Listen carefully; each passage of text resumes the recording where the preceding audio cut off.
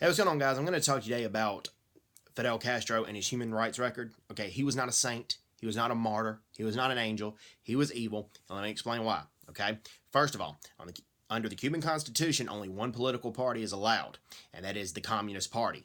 He didn't allow other political parties. Okay, that is not something a saint or an angel would do. Okay, he did not welcome any dissent.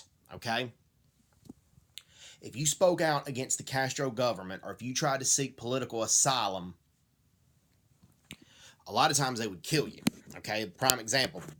Years ago, there was a 15-year-old boy who went to the embassy of Ecuador. Ecuador has an embassy in Cuba, and he tried to seek political asylum there. Well, he was denied that, and then as soon as he was denied that, the Cuban soldiers and Cuban cops that were working for Castro, they came and beat him to death with the butts of the rifle, with rifle butts. That is the kind of stuff that went on. Also, as soon as he took power, he killed a lot of Batista supporters. And yes, Batista ran the country like a dictator, okay? But he just didn't kill Batista supporters. He killed people who wanted democracy in Cuba, who wanted fair elections. Okay, when he first got to power and arrested a bunch of Batista supporters, a lot of the Cuban population was hollering to the wall, to the wall. Not all, but a lot.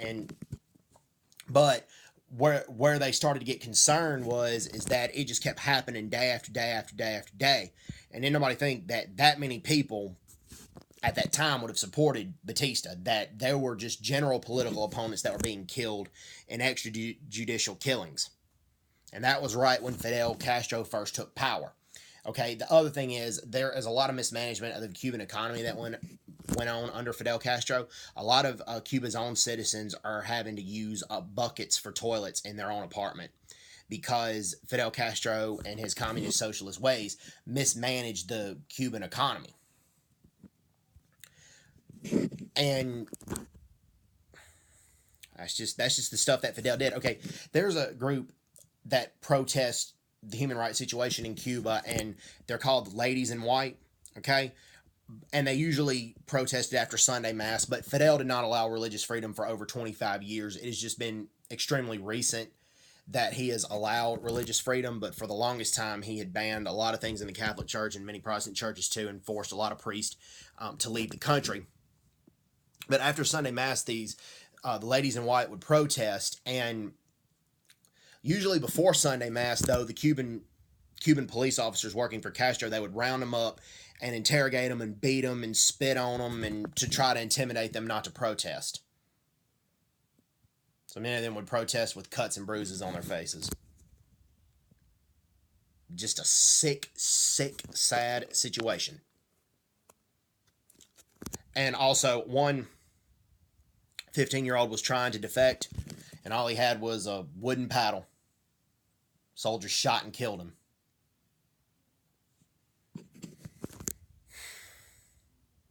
And also, Roberto Zurbano, he had worked for a public-run institution in Cuba. He was director of Casa de las Americas. And he had just made a comment saying that there needs to be a discussion about race. Okay, Roberto Zurbano is a black Cuban. And he said in Cuba that they need to be able to talk about race. Well, when that happened, he was stripped of that position and given a much lower-ranking job after he said that. It is borderline illegal to even talk about race. And if you're a black Cuban and bring this up to the predominantly white Cuban government, you can get arrested. Or if you're not arrested, you're just considered ungrateful and a traitor. And also, as I pointed this out before in previous videos, you go to the tourist industry, which is Cuba's cash cow, you will not see a single black Cuban work in the tourist industry, or if you do, it's few and far between. And blacks make up 11% of Cuba's population. And, that's the human rights record of Fidel Castro. Also, we talk about his gay rights record, and he has a very poor record of gay rights, okay? Fidel Castro and his government have been known to throw acid in people's eyes for being gay or transgender, okay? And he was also known for putting gays, lesbians, and transgenders in concentration camps and re-education camps. And, as I've said before, I personally believe homosexuality is a sin, and I believe it's wrong, but I don't think that people that gays, lesbians, and transgenders should have acid thrown in their eyes for that. I don't think they should go to re-education camps for that. I don't think they should be arrested for that.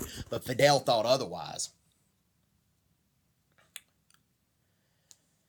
And Fidel lived like a prince while his people starved. As I pointed out before, Juan Reynaldo Sanchez, his former personal bodyguard, he accompanied Castro many times on his personal yacht to Castro's vacation home in Cayo de Piedra.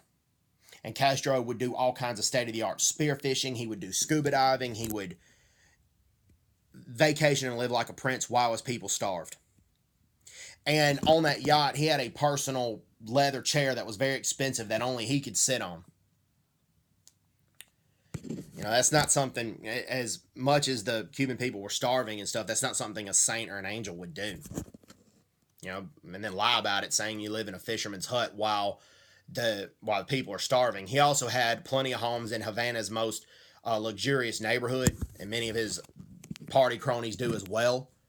While the average Cuban is starving, like even the tourist industry that's Cuba's cash cow. I've talked to some people who have visited Cuba before, not Americans. They were tourists from countries where you could legally visit Cuba, but one guy who worked in the Cuban tourist industry saw one of the tourists drinking a cup of coffee, and he said, when you throw it away, could you leave just a little bit of coffee for me, because I'm starving and I'm hungry. So even people in Cuba's cash cow were that hungry. They were asking just to leave a little bit of coffee when the tourists threw the coffee away. You know. And also, Fidel did not allow a lot of international human rights organizations or inspectors to come inspect the island, inspect the institutions in Cuba, because he knew he had a lot of things to hide.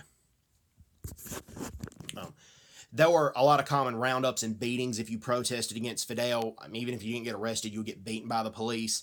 And then you could get temporarily detained as well, and then a lot of times beaten in prison.